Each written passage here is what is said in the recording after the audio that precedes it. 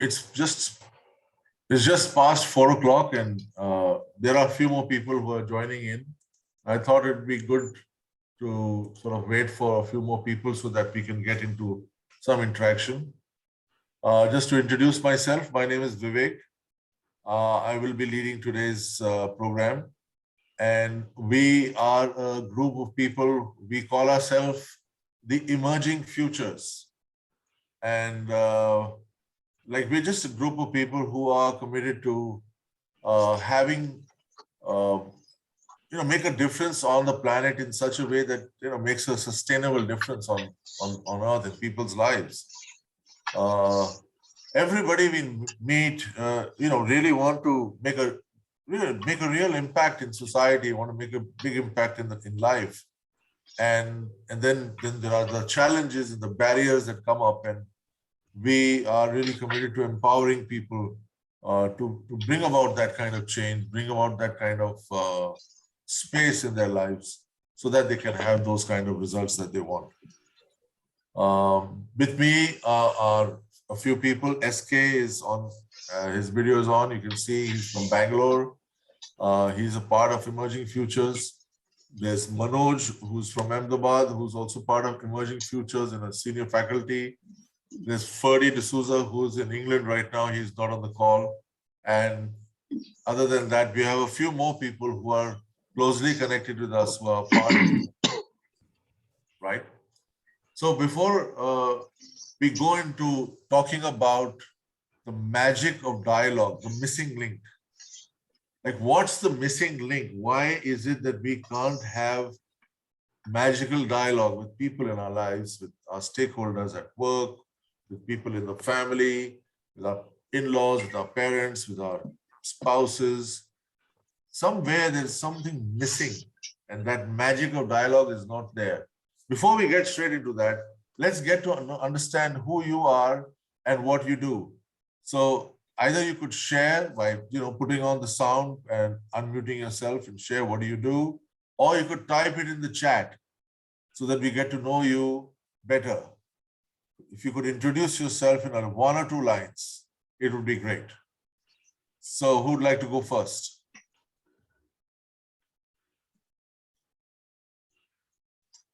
Should I? Yeah, please. Anil. Hi, Vivek. Dr. Anil Sethi. I'm based out of Delhi. I'm a motivational speaker and life coach. Thank you very much. Looking forward to dialogue today. Lovely. Thank you, Anil. Somebody else? Sandeep, anything for you? Will you share? Yeah, hi. I'm Sandeep Nagpal. I'm Director Development with Leadership Management International. And we are a global coaching company currently in India. Lovely. Based out of Gurgaon. Gurgaon. Yeah, that's lovely. Somebody else would like to introduce yourself?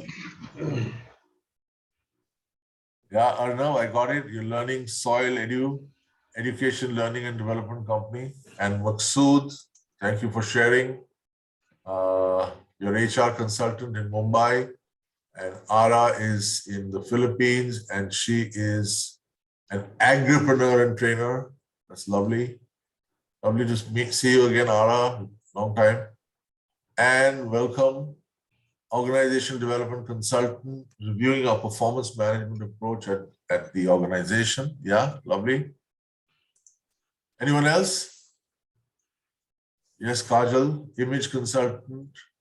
Shalab, human development space. Lovely. Chennai. Yeah, that's lovely, Kajal. Great to have you. Yeah. Zahira, Nipa, you can share yourself. Okay, so let's get into... Hi, everybody. Hi, Zahira. Could you introduce yourself? Hi. So, yes, I'll quickly go. So, I'm a partner to leadership advisory firm, and we're also into, so we're coaches for exponential organizations, which is the whole big buzzword. Salim Ismail speaks a lot about this in his book, Exponential Organizations. So we help organizations to, have future backward thinking and shape their organizations, factoring in the technologies of the future. Fabulous. Great. Thank you for doing the work that you do. Thank you. Lovely.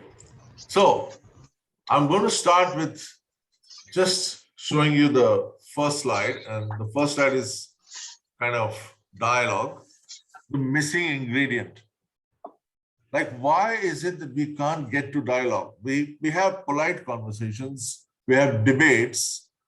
How come dialogue is so challenging? What's the missing ingredient? So let's start by taking some interaction from you guys. What do you think? What's the missing ingredient? What's troubling? What stops us from having, stops you from having a dialogue with someone else? What's the challenge that you face when you want to have a conversation with someone else? Who'd like to go first? The penguin. विवेक, वो कहते हैं ना, कौन कहता है कि मुलाकात नहीं होती? मुलाकात तो होती है पर बात नहीं होती. People are so much afraid to talk. Basically, husband wife आपस में बात नहीं करते. ये तो मतलब बाकियों से बात करना, dialogue करना तो और दूर की बात है. People have different inhibitions. उनकी कुछ साइकोलॉजिकल बैरियर्स हैं, कुछ क्या ना पैराडाइम्स हैं, उनके हर एक के अपने अपने कुछ ना कुछ प्री कंसीव्ड नोशंस हैं, जिसकी वजह से वो पहले आप में निकल जाती गाड़ी. Very good.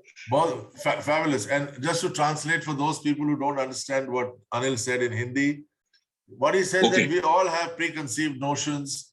People, husband and wife also just find it difficult to have a conversation with each other.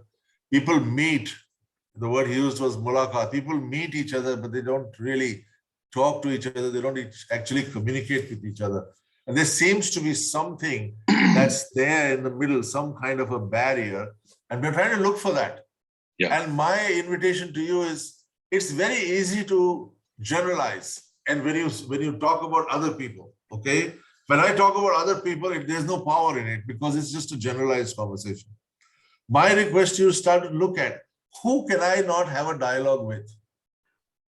I can't have a dialogue with. There must be somebody in your life you struggle to have a dialogue with. And then you will hear in your head why you can't have a dialogue with that person. You're afraid, you're scared. Like you said, preconceived notion. Maybe what is your preconceived notion about those people? Like there must be something that's in the way of dialogue. And it's not just one thing. It could be millions of things. It could be a combination of things. Okay. And it's very, very important for us to find out like what's the missing link. It's not just that we don't talk. It's even more than that. Okay. So I'll take one or two more people. What do you feel is in the way of you being able to have a dialogue with another person, which doesn't end up in a fight, which doesn't end up in an argument, which doesn't end up with nothing, right? So who would like to go? So Maqsood, you said trying to look good by not exposing yourself. Kajal said we constantly think about impressing people and not expressing ourselves. Yeah, very good. Somebody else, look and see what's in the way of you having a dialogue, a conversation, a decent conversation with a stakeholder in your life, with a very important person in your life. It could be your dad, it could be your mom, it could be your wife, it could be your husband, it could be your sister, it could be your junior, it could be your business partner, it could be your client. What's in the way personally for you?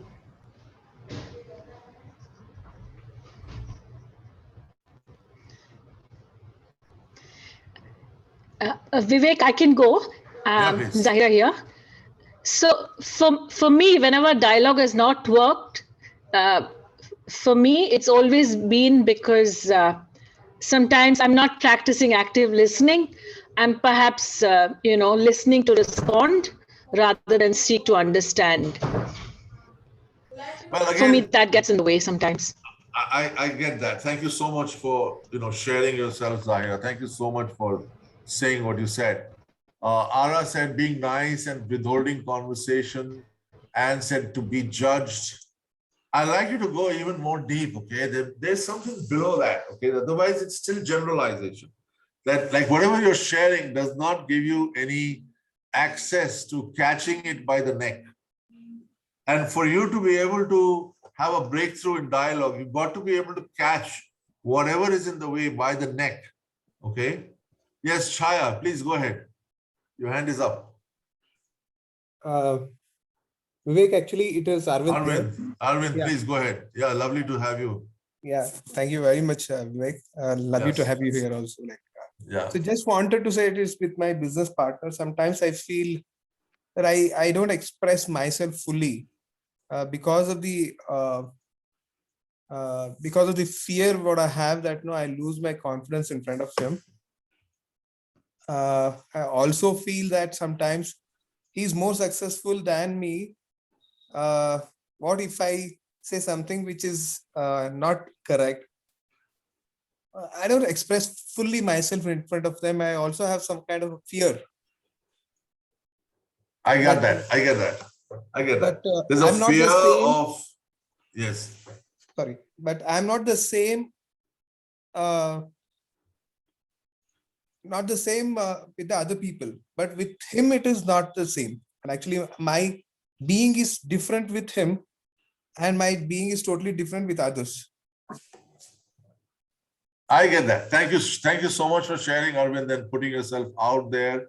It's like what you share is like real on the court, and one can see that like, okay, that's something like there's something real out there, but there's still something deeper there. Okay. And but just to keep that, thank you for sharing that. We'll come back to that. Somebody else? One more person? Anyone else? No? Vivek, I just want to add. Yeah. The gentleman who was just sharing not having communication with father. I also had for a long time, I had the similar problem. But after attending one of these sessions, I went back and, kind of in a whole and complete. I shared everything. And after that, we were friends. Well, that was one time you have to take a courage, just speak your mind once. And then life will change totally. I'm so lucky to have got breakthrough in that. And that was real life-changing experience for me. Fabulous. Fabulous. And just from what you shared, that when there is that barrier, then it's very uncomfortable. Yes. When there is that barrier, dialogue is not possible. And then when that barrier is there is this experience you have about yourself and about your life, which is very uncomfortable. And the only way I know, most people I know have dealt with it, including myself, is I suppress it so that I don't have to feel it. Yes. Right? And I distract myself with anything else. But those are the key people with whom I need to have a dialogue. Yes. Those are the people I want to have a dialogue with. But I'll distract myself, I'll do something else. But it's important to really get that experience of, hey, what's the big deal? Why can't I have a conversation with this person? Okay, there is something. So I want to share with you what that something is by sharing with you Otto Scharmer's levels of listening. And we'll start with the first level of listening. The first level of listening that Otto creates and shares with us is downloading. What is downloading? Downloading means our mind is telling us automatically in our head something by habit. Okay? Just see the circle over here, right on top, where it says my projections. We are like in a room and we are at the center of the room, and all we are seeing in our room, in our life, is what my mind projects, what our mind projects.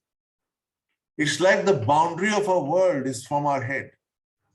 So whoever we are going to speak to, We are not speaking to them. We are speaking to the images in our head, the projections in our head, whatever our head is telling us. Okay. And even in our interactions with people, whenever people are saying anything to us, we don't hear anything new. We keep reconfirming old opinions and judgments. Like, why cannot I have a fresh experience every time I speak to somebody?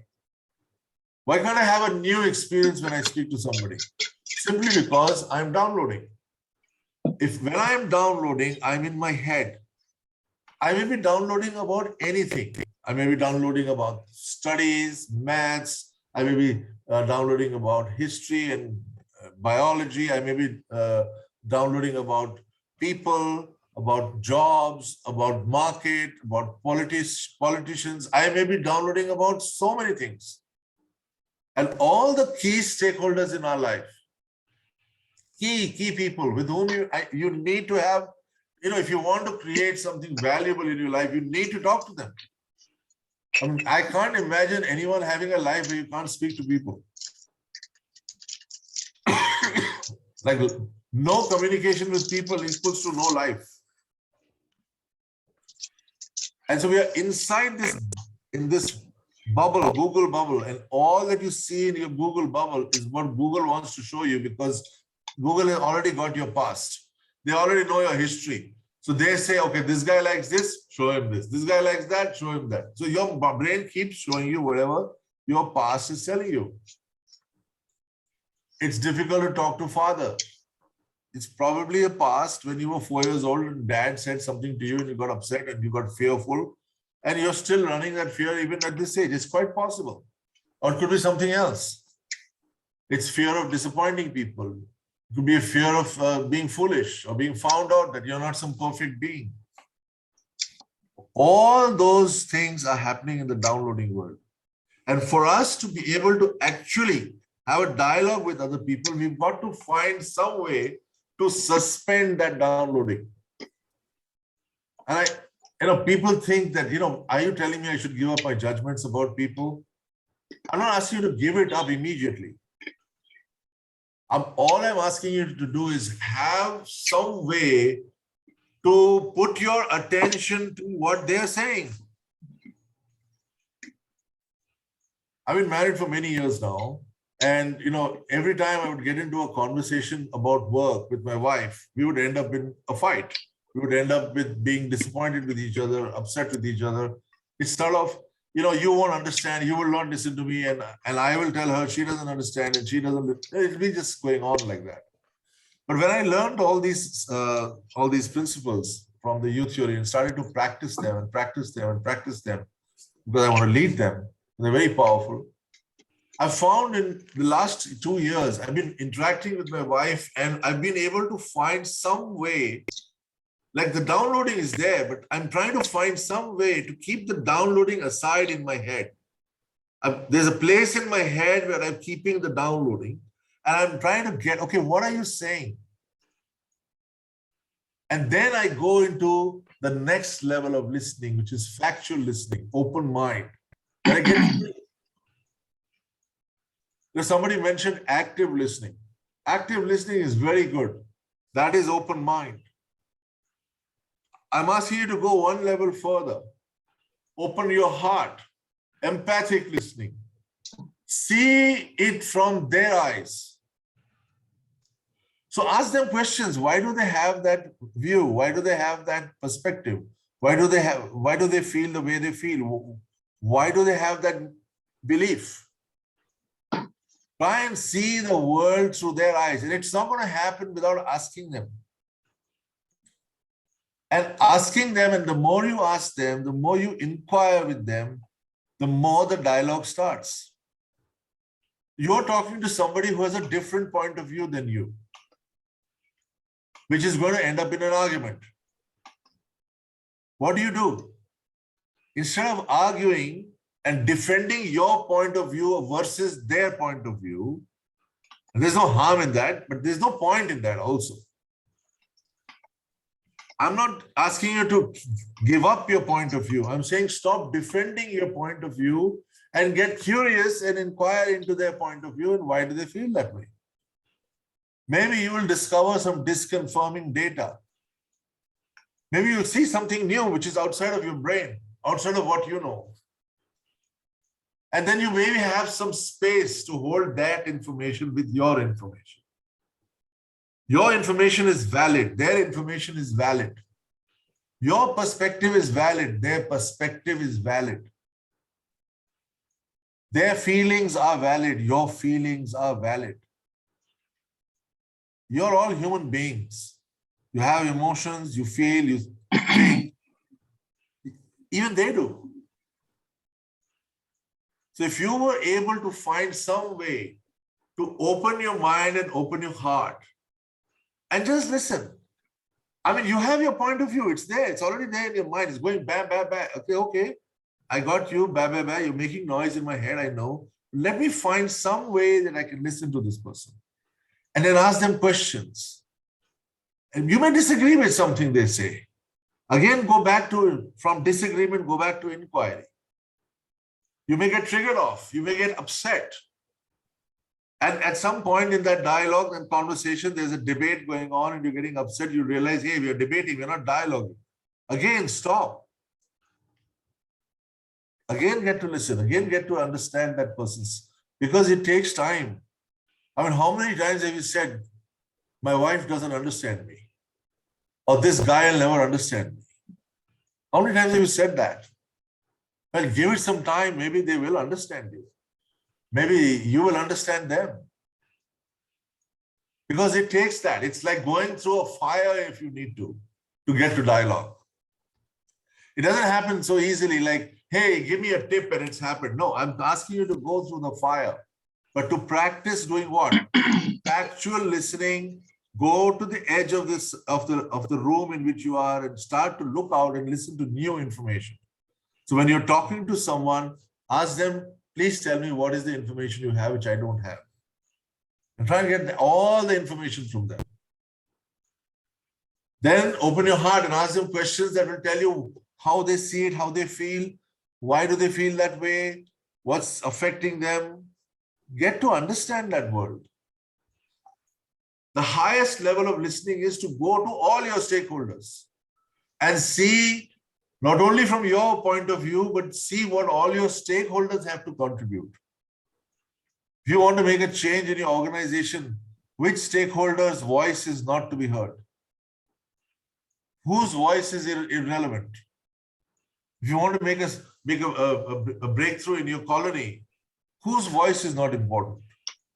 If you want to make a breakthrough in your city or country or state, whose voice should be suppressed and not heard?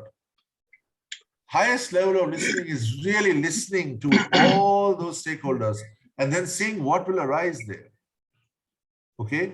So I'm not going to go more into this level of listening. It's very deep work. It takes a lot of practice. There are a lot of tools that we would help you to practice. But for now, I want to know from you, in your interaction with people, I want to know from you in your personal interactions with people, what would be possible if you could find some way to suspend your downloading, somehow keep your downloading aside in your head and you start to open your mind and open your heart. What's going to open up for you? Let's take some sharing from you guys. What are you hearing? What are you listening to in this conversation?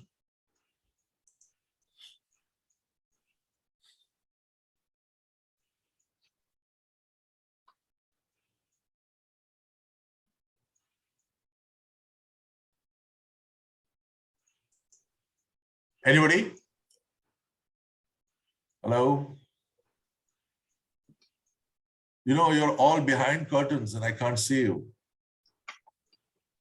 Yeah, thank you, Maksud. Interactions with the stakeholders will be more open and fulfilling.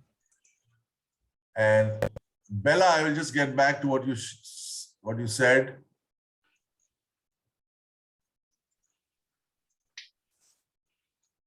Anybody else? Yeah, you listen more and talk less. Very good. And what will happen if you listen more and talk less? What will happen then?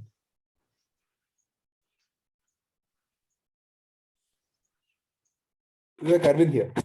Yes, Arvind. I think, first of all, when I was having a when I'm open to him that no, as you rightly said that no, I have some downloads about my partner stating that he's too good, and then he talks less, acts more. So these are the downloads which I have. And Yes. then what if I speak the irrelevant? That's some kind of a distance which is there. Then now if I'm open myself and then take out all my downloads and then keep listening to him, then probably there could be something opening up from me also. So I should be open and then come out of this particular kind of a fear that no, because since he's aged and then I respect, so maybe it's some kind of a distance may come down in the listening. Yeah. And tell me, Arvind, what would be your purpose in having a conversation with your partner?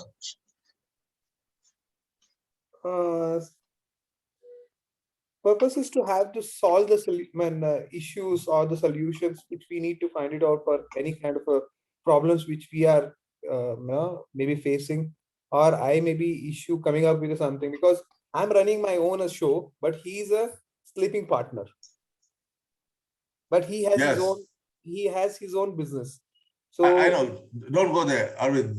Your purpose is to create solutions for your correct, business. correct, Your purpose is to create business results for your business. true, Your purpose is, in your interactions with him, to come out with solutions that are going to help your customers. true. So what's the problem?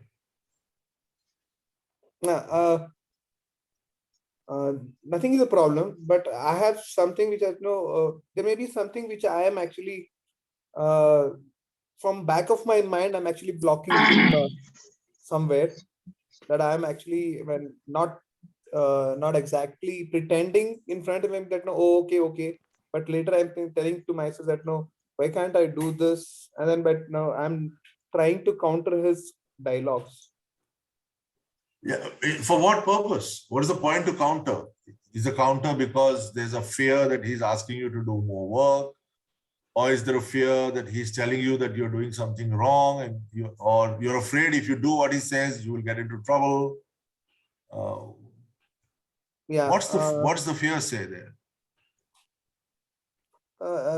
Rightly said that as well as I'm actually when covering myself and then not exactly giving him this full picture of that, no, what I did, and then I'm trying to have the conversation. Maybe that could be a problem. Yeah. And that also could be one problem. And then as you rightly said is that no, I'm afraid that no, what if he comes to know about what I did, and then that may not be the proper one which I did, and then he would say his own things, and then which I have to do a lot of things to complete that. So Very good. yeah. Yeah. So the fear of being judged Yeah. for what you have done in the past. Yeah. So when you're fearing to be judged from what you did in the past, what is your interest? No more it is that purpose, right? When you have that fear, your intention is no longer your purpose. Your intention is to protect yourself from being judged. Exactly. Rather than getting a solution, but I'm actually protecting myself being judged. Yes. Human beings are very powerful. Whatever they pay attention to, that's all that gets bigger and bigger and bigger. And you are successful at that. You keep having conversations that I'll make sure that you don't get judged. You get that? Yeah, you are perfectly all right. I think, I still have even, I have my own conversation he would have judged about myself. Yes. He's coming from the judgment.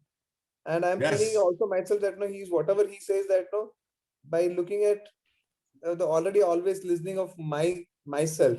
Yes. So instead of having the solutions, probably I end up getting in these conversations inside my mind rather than giving the solutions to these problems. Yes. Absolutely.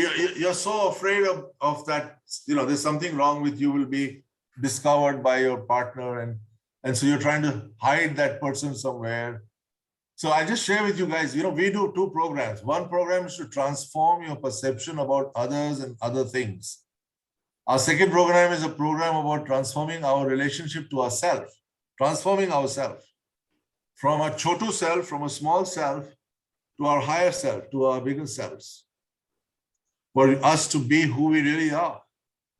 In some way, if you can't have some space for yourself, you just can't step out in the world. You're trying to hide that yourself, put a cover on yourself, put a cloak over yourself, and then you're going around saying hello to people, but they can't see you because you've hidden yourself, because you're trying to hide yourself. And as long as you keep doing that, neither your wife will get to know you, neither your parents will get to know you, neither your partner will get to know you, and you won't get to know them because they can't even see you because you're hiding yourself. Thank you for sharing, Arvind. Thank you for participating in this conversation. Thank you. Yes, let's just address Bella. Bella, you said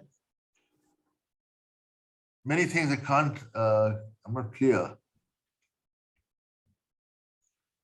Zahira said all stakeholders will feel heard, will show effort to understand the other point of view.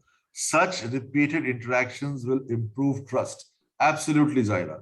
Bella says sometime to put empathy first to certain reason towards solution, need to consider a solid reason, conversation, dialogue, for sure to avoid any misunderstood in further. So somewhere, I'm not clear about what you're saying, Bella. But if you are afraid and you feel you're not comfortable to talk to somebody, don't talk to that somebody until you deal with you're afraid. Okay? Just look at, okay, I'm afraid. And that does not let me have a dialogue with people. I can't have a respectable, decent conversation with another person. First, confront your fear. Don't run away from your fear. Don't ignore your fear, but face it and see whether it's, useful or not. Okay? I'm going to just introduce Shalab. I'll just come back to you. Please don't go away with your question.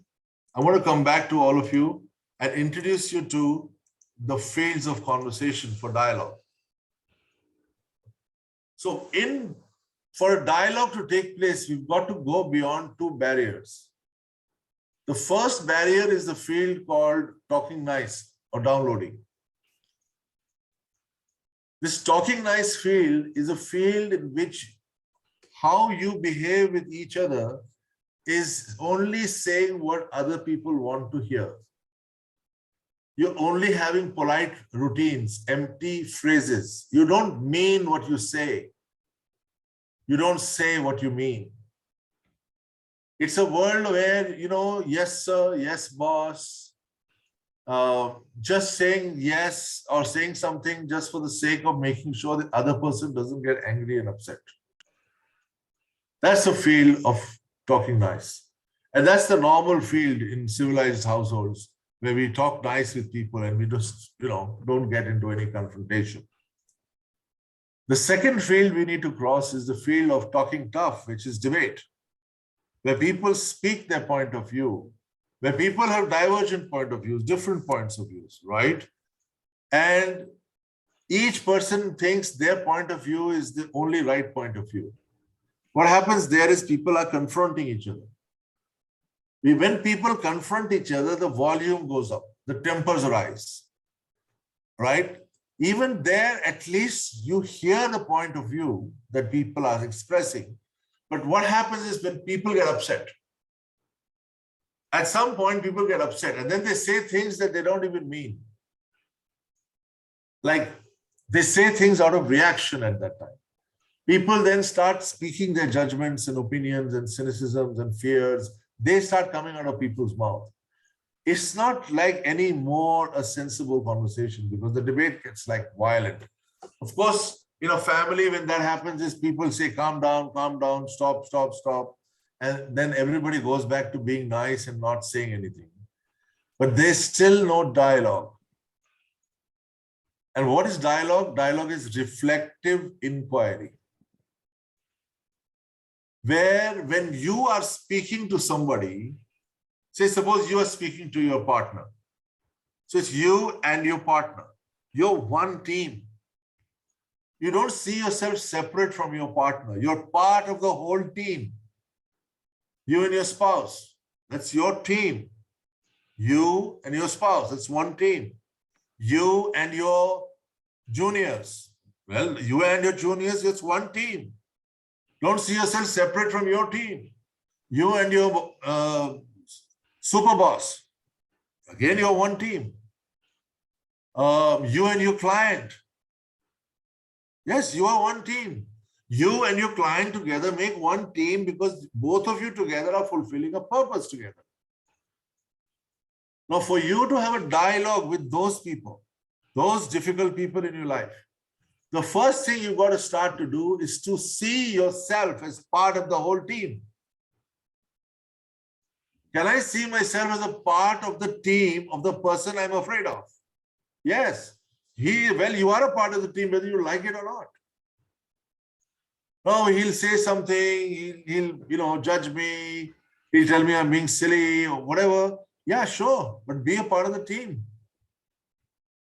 And rather than defend your viewpoint with their viewpoint, whenever they give you a different viewpoint, you don't have to defend it. You don't have to argue back and say, but no. You can inquire. You can do the open heart and open mind, which we showed you in the previous slide. Ask them questions. Why do they think that way? Why do they feel that way? What is the evidence they have? What's the experience they had? How come that happened? Connect to them. When you are having a dialogue, you are connecting to your partner. Even if the partner is your boss, even if your partner is your junior, if the partner is your spouse, partner is all those important people and stakeholders in your life, they are your partner. You and your dad, well, you're partners. Whatever your future of your family is, who's going to make that future happen? You and them. So this is very, very crucial here. For dialogue to happen, you've got to reflect on your part as a partner of the whole. I'm not going down to the next level.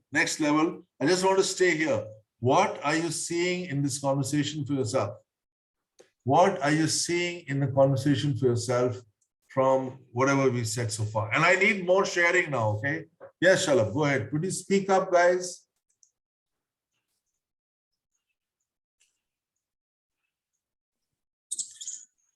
Yes. Go ahead, Shalabh. Yeah, good evening, everyone. What I was trying to understand is these dialogues.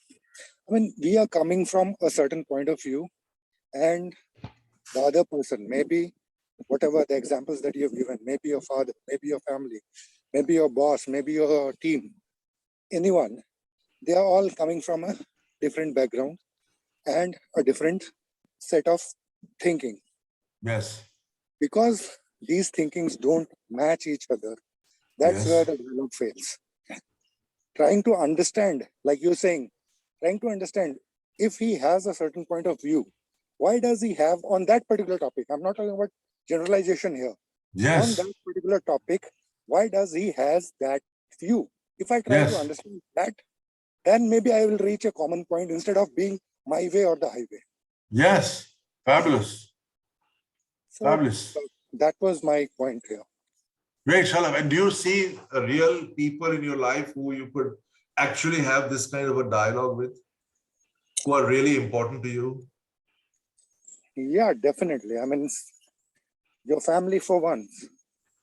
That is the most important people in the life.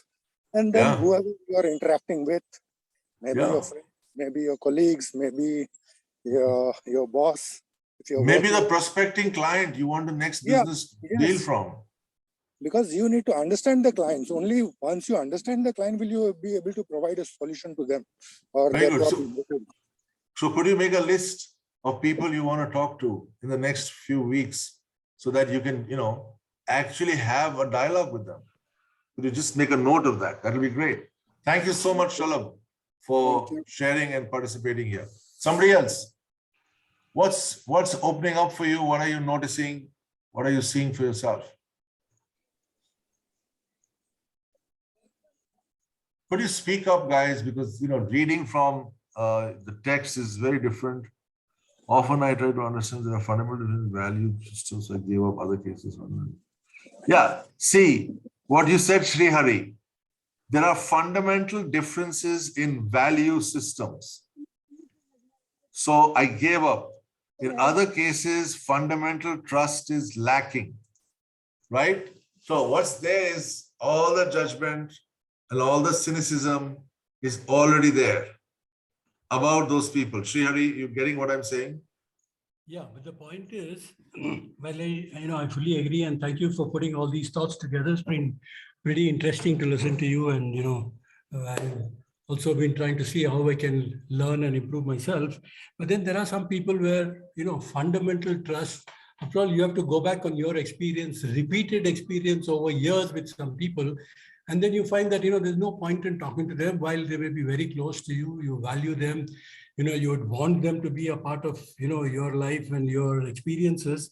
But then if there's fundamental value system, the way they look at life itself is very different from you. And that's, they're playing games with you and they've done that with you repeatedly. So you don't want to take the risk of, why at all get into this janjat with these people? You get to that situation and then you give up, Yeah, now, Sri, who are these people? Is this somebody really important in your life, or these people is not important in your life?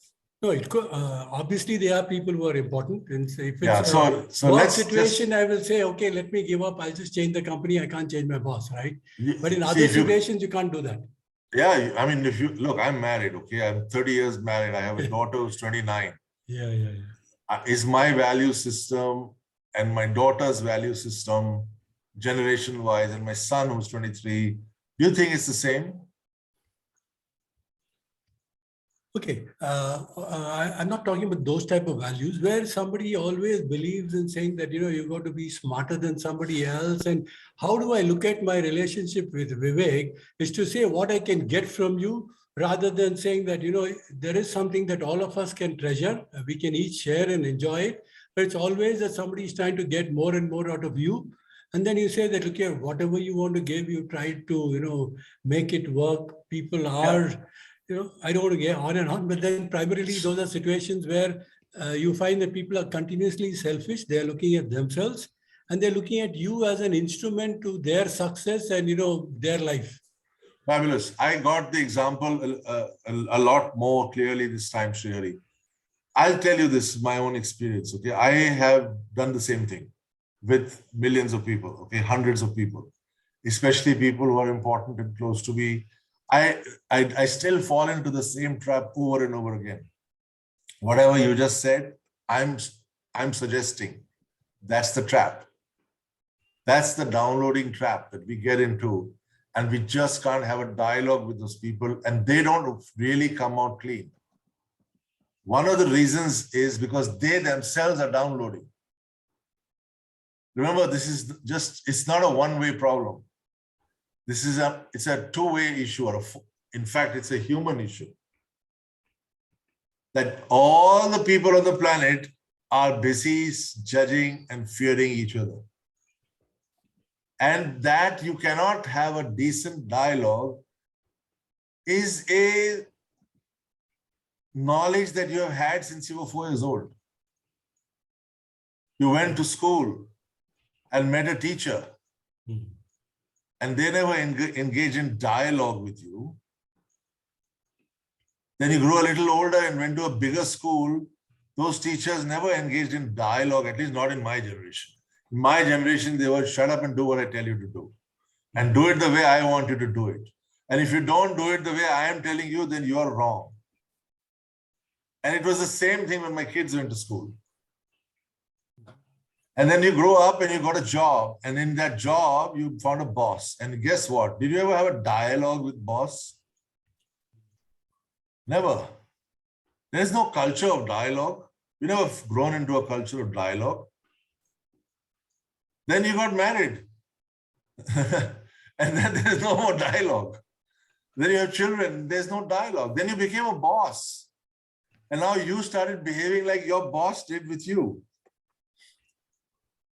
You don't realize that this is a world in which there's no dialogue.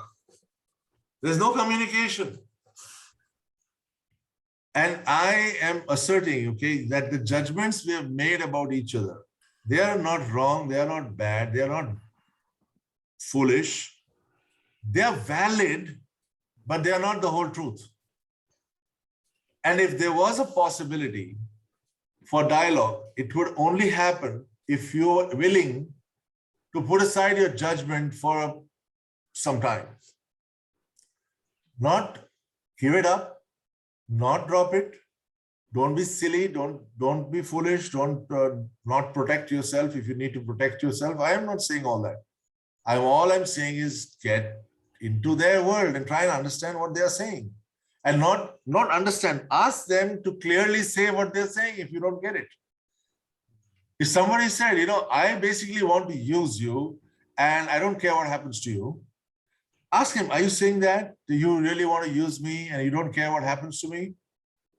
Let them say that straight. You'll get to know, okay. They say, okay, what happened to you? Why do you feel that way, that you have to use me and other people and don't care about others? Is it okay if people used you and didn't care about you? You could get into a conversation. People say things just out of anger. People say something out of reaction. We get confronted out of fear, people will say anything silly.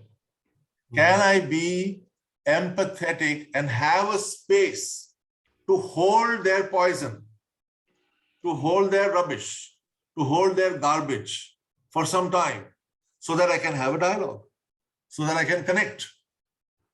Because the purpose of my interaction is not to be one up on them.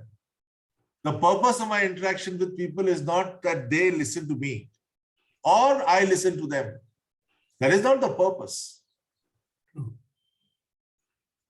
Sorry, I've been rambling for a long time. I hope what I'm saying is making some sense. Yeah, I mean, I'm not disputing that at all, but I'm just saying that, repeatedly, it's not that everybody believes in what you believe.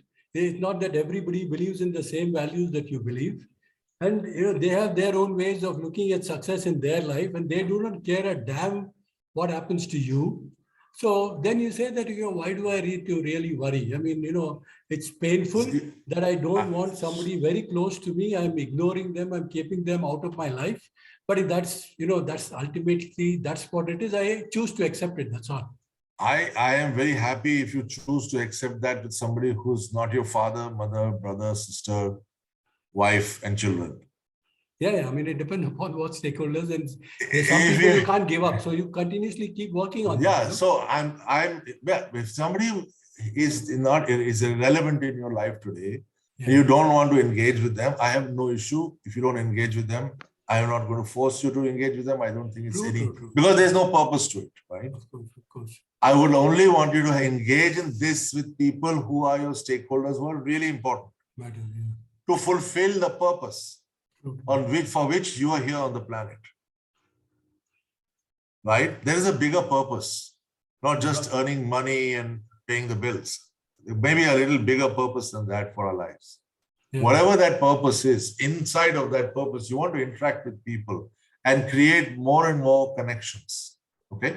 Thank you, Sri Hari, for participating and also sharing your views candidly. Thank you so much. Thanks, Vivek. It's been very enlightening. Thank you. Thank you so much.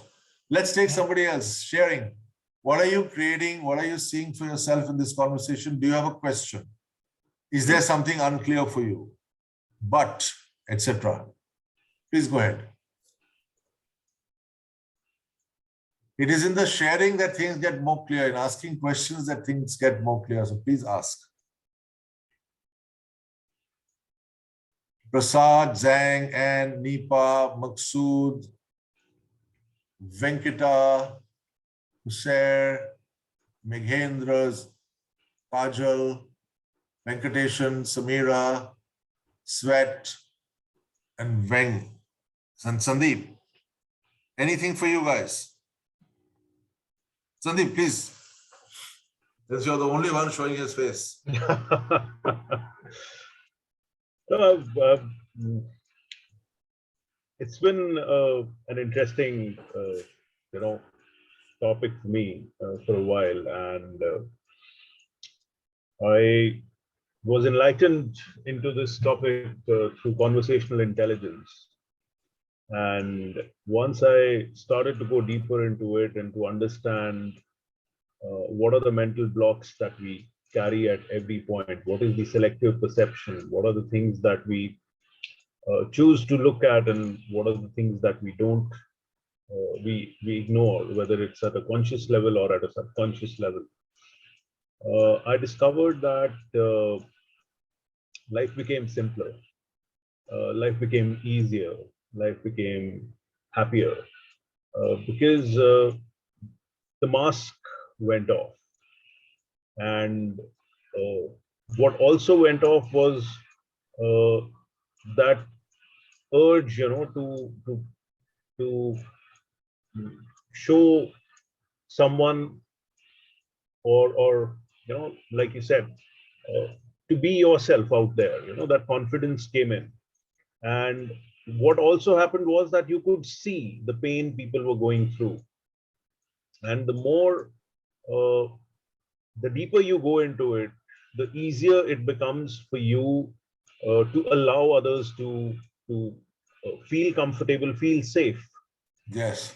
So my learning, and which is being reinforced in the conversations that I'm hearing now, and is that the more we delve into our own fears and our own mental blocks, the more we are able to see others as well. And so that's what I've learned. And as I said, it's made life easier, made life simpler, made life happier. And Fabulous. I've had, amazing dialogues with people I had not had for somebody for 14 years. We had resentment, we had anger, we had, stories about each other. There's a beautiful song which says that if you stop telling lies about me, I'll stop telling truth about you. So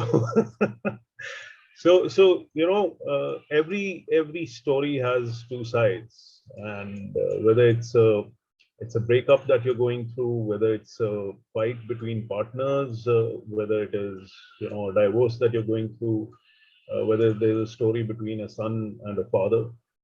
So unless and until you open up, and you rightly said, it starts with the heart. It starts when you start to feel. And empathy comes from feeling yourself. If you are aware of your own feelings, you start to become aware of the feelings of others. And if you can feel your way to listening, that's what makes all the difference, I think. Thank you so much, Sandeep, for sharing. And from what you shared, it just reminded me of one of the conversations in which I was sort of a mediator. Mm-hmm. This is a mediation between my mother and my nephew. Oh, wow. And they were both like, I don't want to talk to this guy. He's like this. And he's like, I don't want to talk to Dadi. She's like this. Yeah. Grandmother is like this and grandson is like this, and they don't want to talk to each other. And what's the problem?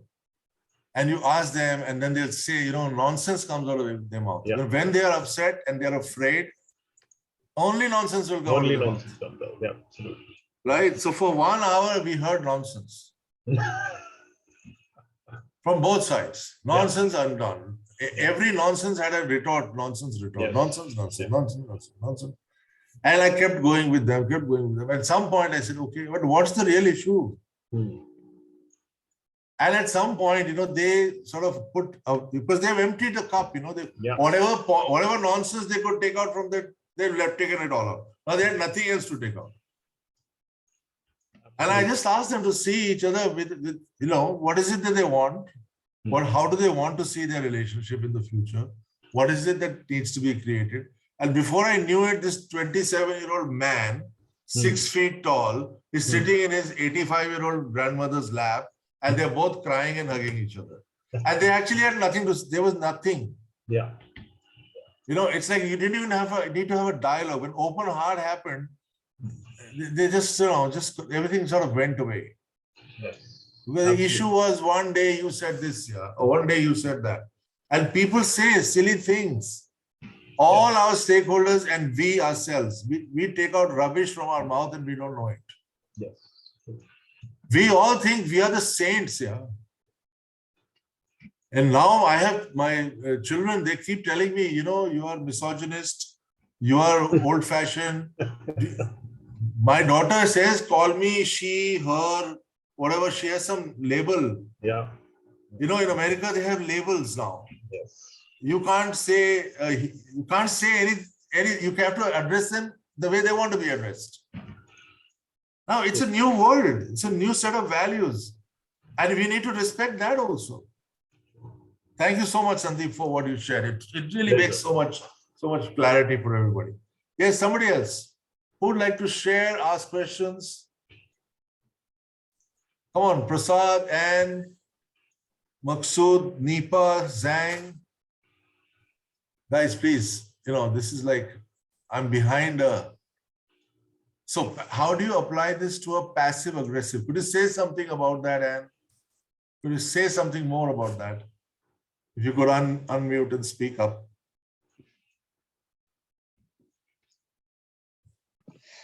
So I'm thinking from an environmental situation, so within an organization where there's people in power who are not actually, who are instilling their power through a passive aggressive approach.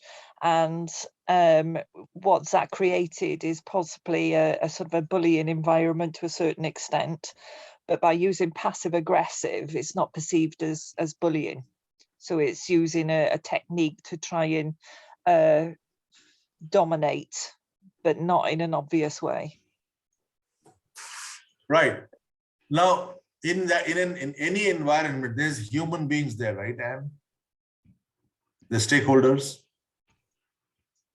So yes, you cannot have a dialogue with many stakeholders at one time. You got to start with one at a time. Okay. You got to pick the important ones and ask them why are they doing what they're doing, and ask them what do they see, what the consequences are. Do they know what's happening? Do they even care? What's the higher purpose of the organization? What's the vision of the organization? What's the value system of the organization? Is that behavior consistent with the values that the organization has put up on the board, where everybody comes in? And are those senior people expecting everybody in the company to behave in exactly the same way as they do? Like, you can get into a conversation to find out what is it that they really want. Because at the same time, you know, if there is a commitment to something that's really important to an organization, people are interested. Don't speak to them from you're doing something wrong. Nobody's going to have a conversation with you because it becomes a debate. But given the higher purpose, given the intention of all the people, where do you want to see this organization in the next 5 years? What kind of relationships do you want? What kind of environment do you want? Now, people are from a previous to previous generation. I remember when I was growing up and I just started a job, the work environment was you are a servant and the owner owns you. And you have to do whatever they say, and yes, sir, no, sir, and keep your mouth shut. That was the environment in the early 80s. Before that, 70s, 60s, 40s, that was the environment. Today is 21st century. Things are changing. People don't want to work in that environment for too long. People who hang around because they're afraid they won't get a job somewhere else. So inside of the larger commitment, and you got to pick your stakeholders and you got to have a conversation with them one by one. And then when you've got enough stakeholders, inside that purpose, inside that higher vision, then you can then you can have punch. Then you have a punch. Right now, you're just individual, right? Yeah, we're currently at the position now where we are reviewing our values because something needs to change, and we're thinking that is the driver for helping us to change that environment. So I think that will possibly drive the organization into thinking differently, and as you say, take you out of that 1980s mindset. Yeah. And thank you for bringing this up, because it just reminds me to again share with you that the 2 workshops we do. The first workshop is about transforming our perception about others so that we can engage in dialogue with them. We first need to have a breakthrough in our downloading, our open mind, open heart. We need to have, whatever I showed you on the slides, we need to first develop muscle there. And it takes time. So our first workshop, 2 days and 6 weeks, is about developing the ability to engage with people and have our perception about them also transform. In the second workshop, we do transform self. One of the results we want to create in the transforming self is that we are going out in the world as this new self, but somehow not rigid self. We are meeting with other people who have some vision, who have some purpose. So I'm saying in your environment, there are many stakeholders. You will find in that environment many stakeholders. And if you engage in conversation with them about that vision of yours and their vision, you will come across and you'll create a vision that will fulfill your dreams, their dreams, and everybody's dreams. Something that includes everyone. Something that will be sustainable, that won't be one-sided. Very often, our intention comes from our fear or trying to fix something that is wrong. And whatever gets created is resisted by other people. So if you come from that, your passive-aggressive is just dominating other people, you need to come up with some solution to it. It's not going to work simply because it's like you versus them, right? It's this party versus that party. There's nothing going to get created. You've got to get that you're all one team. And when all of you get that you're one team, then you together will create whatever works for everybody. And it takes time.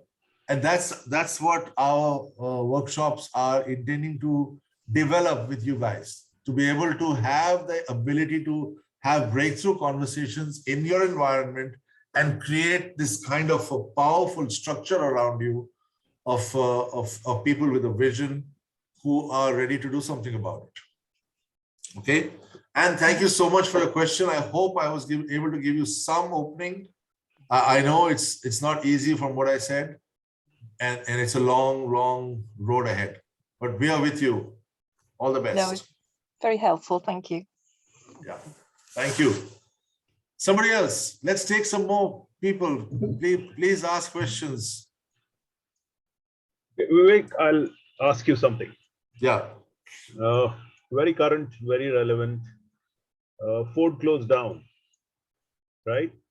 And all the OEMs which were supplying to Ford went into a tizzy. Yes. One fine day, right? It was Yes. very, very sudden. Yes. And some of them had to close down the plants. Some of them had to downsize.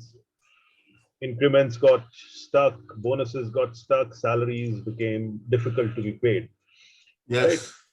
And then they went to Ford. They negotiated. Ford compensated. Money comes into the business, the owners, and the owners are not ready to pay to the Staff. Right? Yeah. Right. The HR director pushes it, is not able to get through. The CFO, the owners take a decision on not paying it. Yes. And now the HR director gets pissed off. And he walks into the owner's office and gives his peace of mind.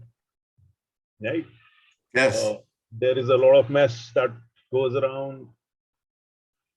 and the owner says, nothing doing, I've taken a decision. That's what needs to be followed. Right? Yes. What do you do in a scenario like this?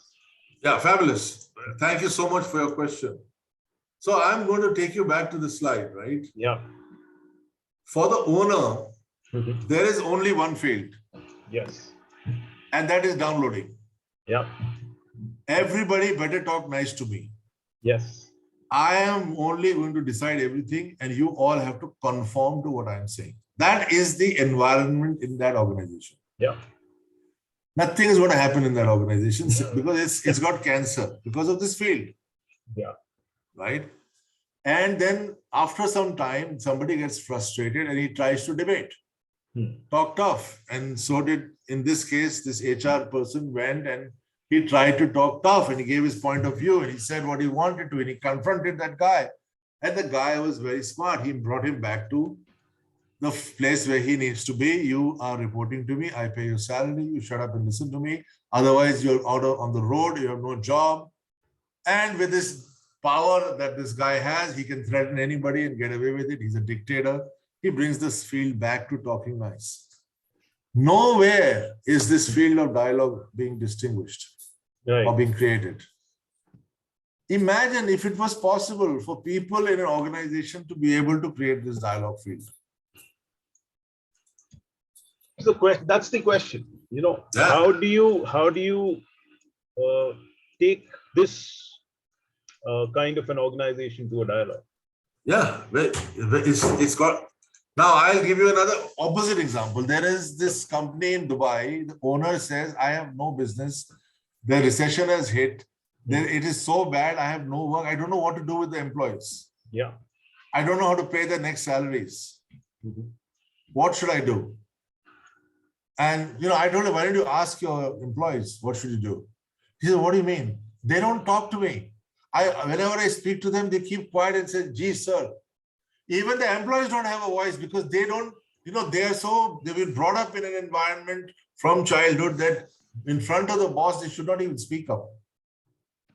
See, this is a cultural phenomenon. The downloading that's going on in this space, the listening space is really awful, right? Now, how are you going to make a difference? Firstly, you need to get who are you in the matter.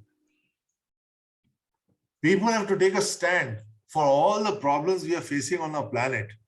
Yet they're not going to get solved unless there is dialogue. Any problem cannot be solved without dialogue. Otherwise, it's violence. We have two choices, dialogue or violence. And dialogue is only for higher purpose.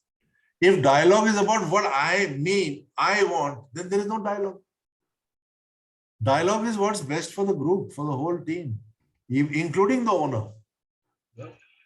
But because the situation has become so much that there is only fear with the people who work in the company, fear of the owner, everybody is living in fear of the future.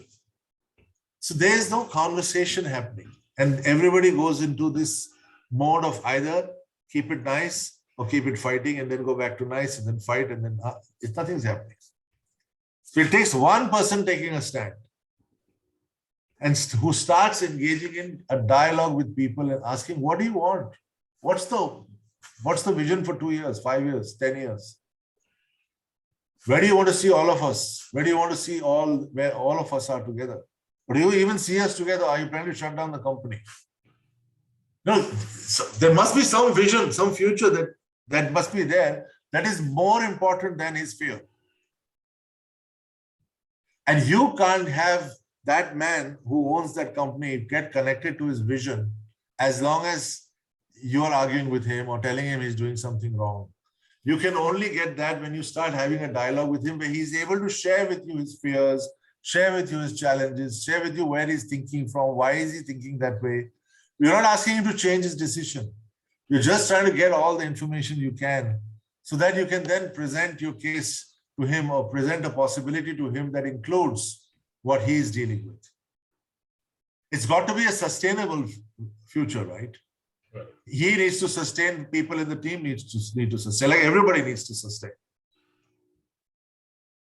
Somehow we've got to find a way that the people who work in the organization and the owners, they are all thriving. How am I going to do that? Unless I am willing to engage in dialogue with all the stakeholders. So I'll share with you the first slide that I showed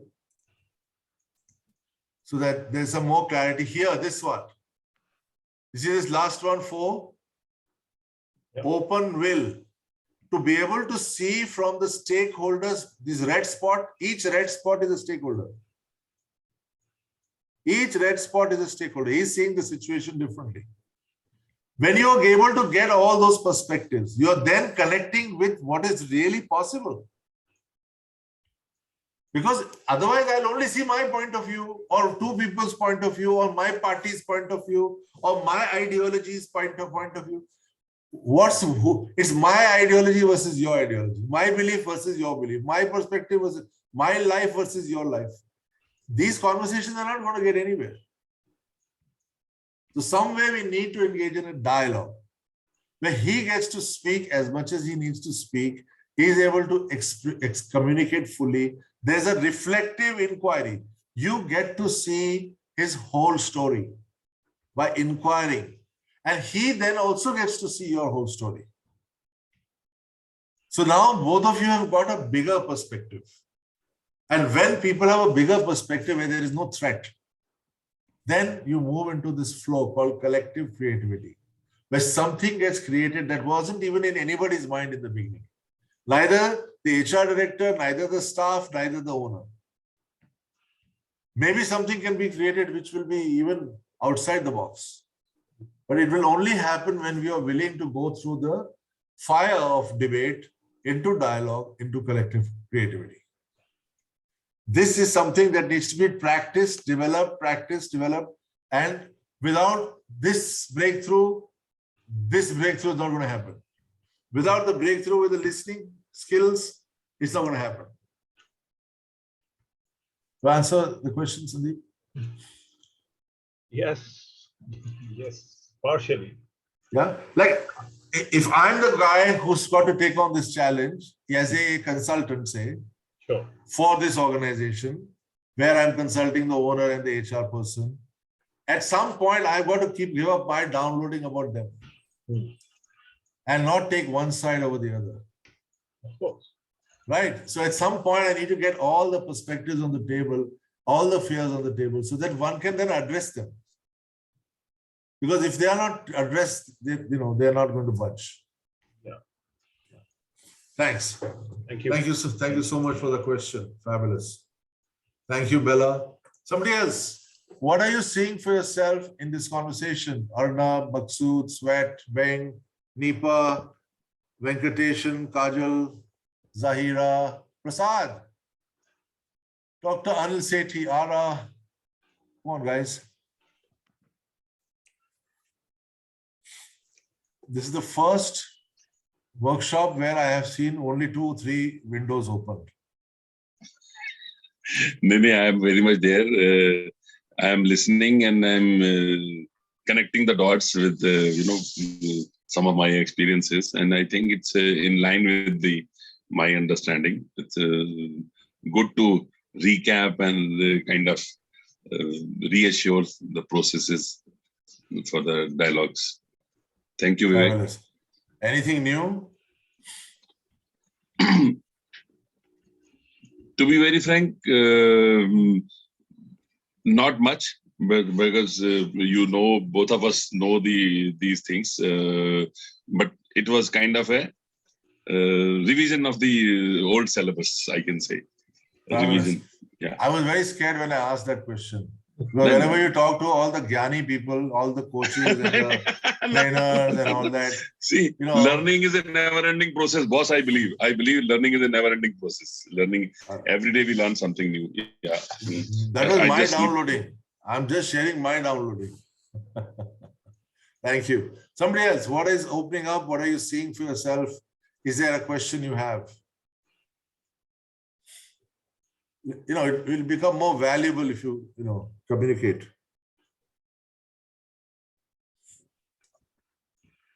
Ara, what's opening up for you? I just realized that I have so much downloading about myself and about about the people that I love. And not in the more on not listening with them with open heart. I'm just so much downloading. And I just realized right now that we cannot engage in a dialogue if we always have that already listening and the downloading uh, in your head. So you really need to set it set it aside and listen newly and really listen to understand and not to what do you call this? Give up. Listen to respond. Mm. Just listen to really to understand the other perspective and allow it to allow the conversation to flow.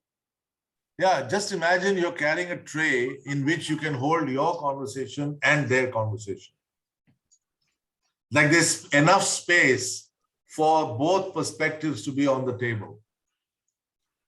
So that you can then look at them both. You can observe them both. You can learn from both. Right? Fabulous. Yeah. And my request to you, Ara, is to identify those 3 or 4 stakeholders with whom you can actually engage with at least one stakeholder this week. Who can I actually engage with this week? And have a dialogue. Okay, absolutely lovely. Yes.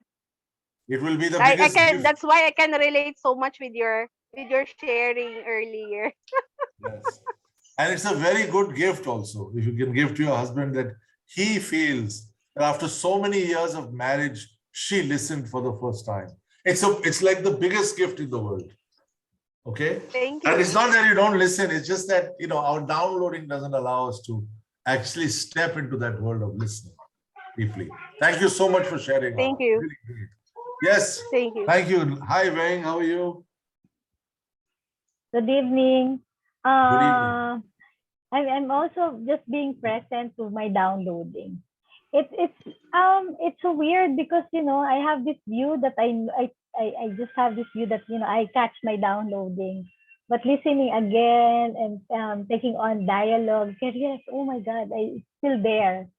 So yeah, so now the assignment is to talk to someone and be in a dialogue and catch my downloading. Yeah. So And don't be attached to a result. Yes.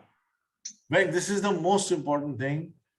Whenever I'm talking to people who are stakeholders, and I'm working with a lot of women these days. So my wife is one of those women, and then there are another 2-3 women. So sometimes I have to collaborate with 3 women at the same time. And for me, it's impossible. Like I've never been able to manage one. How I'm going to manage 3, right? My downloading is like that. Now I have to co-create a program with them. I have to design things with them. Now they all have perspectives. I have my 20 years and 30 years of experience. They have their experience. Now when we talk, everybody is giving their own point of view.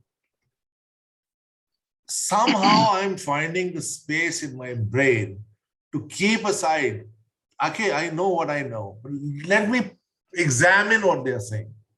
And if it's not clear, ask them more questions about it so that I get their idea. And I get brilliant ideas. I get easier ideas. I find an easier way to do something that I was thinking of. And I was able to collaborate with them. So it's like I'm not looking for a result. I am looking for my intention being fulfilled. The intention is to develop something that is going to be practical, easy, useful, and that will make a visible difference to the participants of the program. How can I make a program, design a program that will make a real difference in their life, practically, where they have a lot of practice, not just jargon, right? Where I send them to a breakout room every 20 minutes, half an hour, to go and practice. Like that kind of a design of a program. And I'm thinking, okay, that's the kind of program I want to design. And I don't know how it's going to happen. Let me engage. Let me engage. Let it be open. And ideas come, and finally we design something and it's effective. Extraordinary results we've produced with organizations. And that's why my request to you is to keep it open. Don't go for a result. Go for an intention. Stand in the possibility rather than in the goal. When you have conversation with people, stay with the intention, the possibility that you want, rather than the goal that you want. That is some result. Okay, the result will happen. Thank you for that reminder, Vivek, because I just realized that, when I go downloading, I automatically have an agenda of what successful conversation looks like. Yes. And now that you reminded me of that, it's like it feels uncomfortable because it feels like I'm going to a room that I don't know what's inside. Yes. But at the same time, that's just like what you said, that's where miracle can happen. Because you just wait for it to show up. Thank you so much. As long as I'm clear with my intention. Thank you for bringing that up. So this is that spot where you just mentioned that you cross this blue dot and you come on this side. You let go of your downloading. You're seeing with fresh eyes. You're sensing from the field. You're letting go of your attachments and your agenda, and you're engaging in a conversation, and you're getting into the space of uncertainty. This blue dot is that space where what's important, the possibility, not the goal, not the agenda, not the item. We want to go through this eye of the needle, through this, right, the bottom of the U. This is the U theory for all of you. This is the entire U theory. And the first workshop is about transforming perceptions, which is the left side of the U. The bottom of the U and all this part till crystallizing. This is transforming yourself, this part of the U. We're going to be doing a program called Transforming Self, starting on February 19th and 20th. So, great, Veng. Thank you so much for sharing and thank you so much. Yes. Anybody else?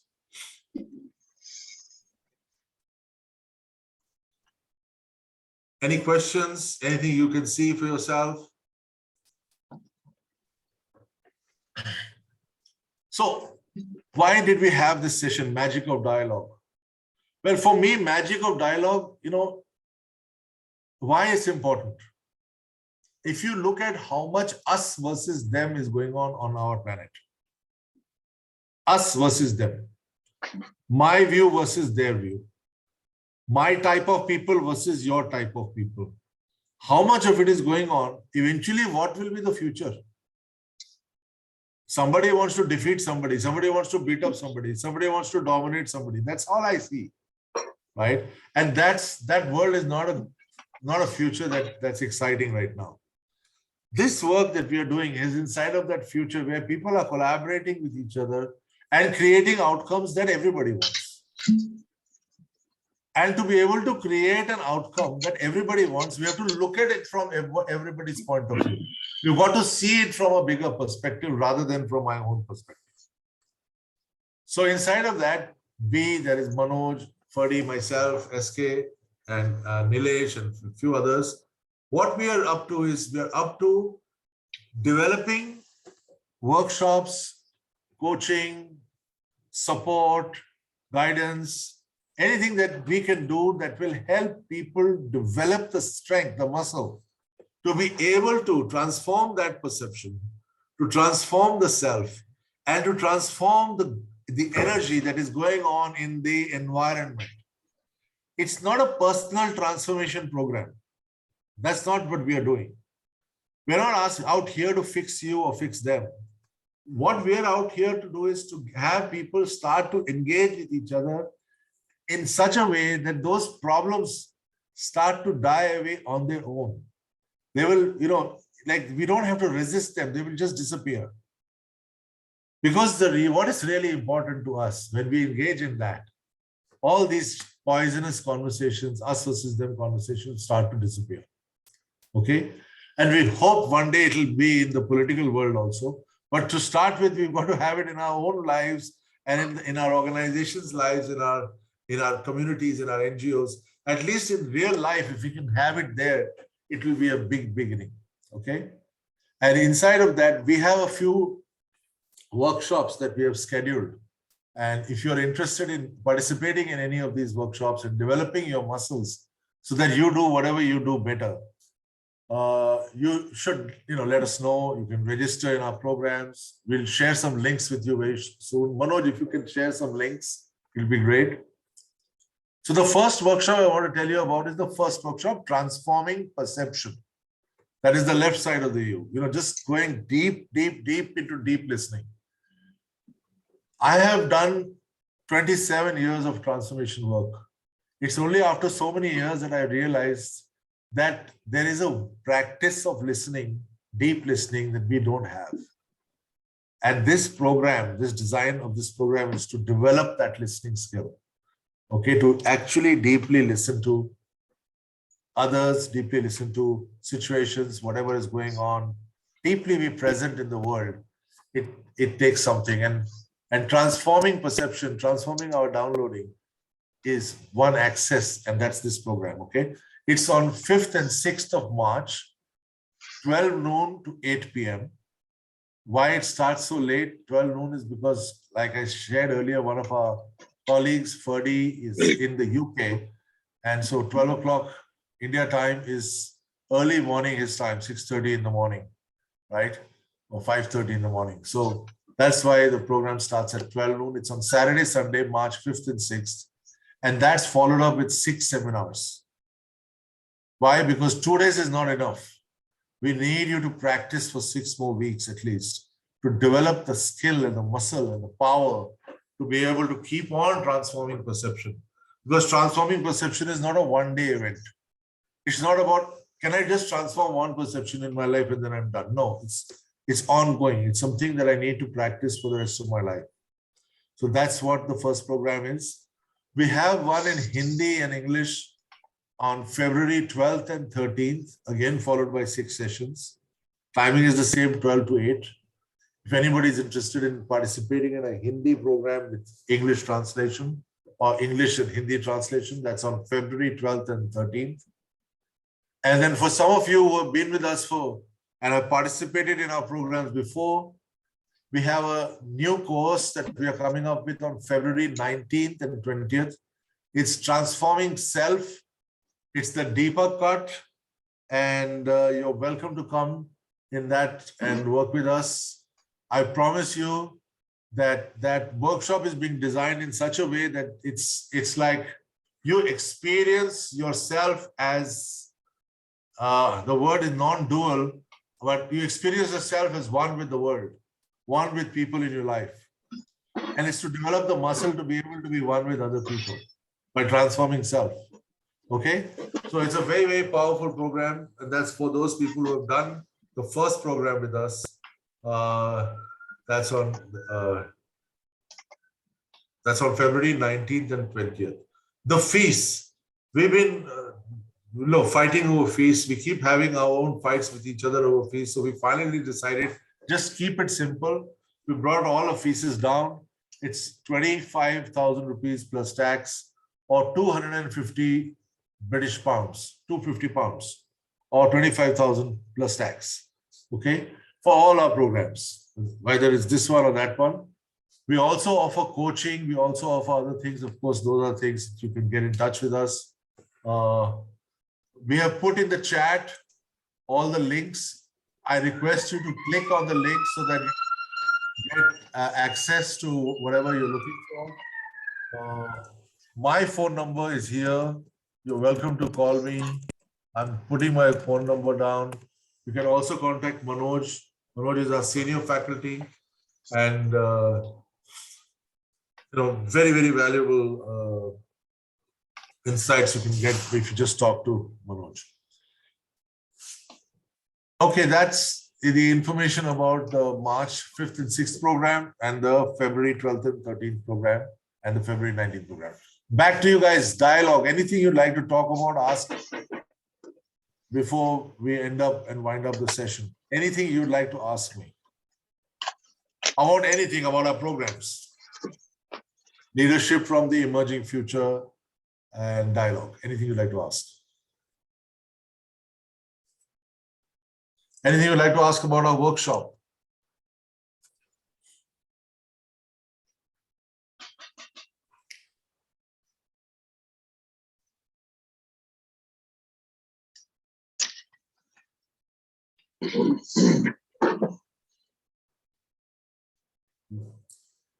Really, it'd be great if you put on your video and ask a question.